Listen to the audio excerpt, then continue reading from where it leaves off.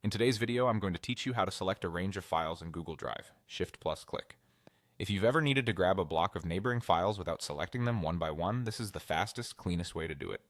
We'll keep it straightforward so you can use it immediately, whether you're organizing documents, photos, or project folders. First, log into Google Drive in your web browser.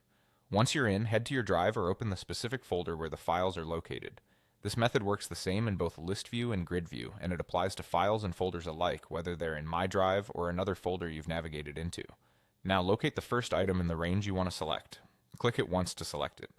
A single click is key here. Double-clicking will open the file or folder and take you away from the view where you're making the selection. After the single click, you should see that first item highlighted, indicating it's selected. Next, hold down the Shift key on your keyboard. Keep holding it. While you're still holding Shift, scroll if you need to, then click once on the last item in the range you want. The moment you click that last item, everything between the first and the last will be selected automatically.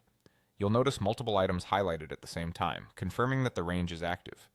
That's the entire Shift plus click method. It's perfect for selecting a continuous block, like a week's worth of PDFs, a set of adjacent photos, or a series of consecutive folders.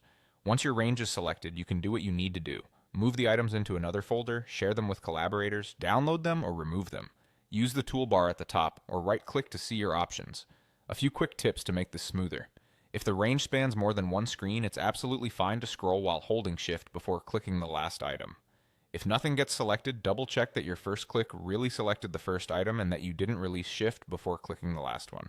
And if you accidentally double-click and open a file, just go back, single-click the first item again, hold Shift, and single-click the last item.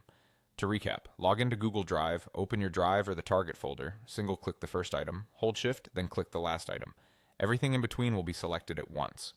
Practice this a couple of times and it will become second nature, saving you time every time you organize your files.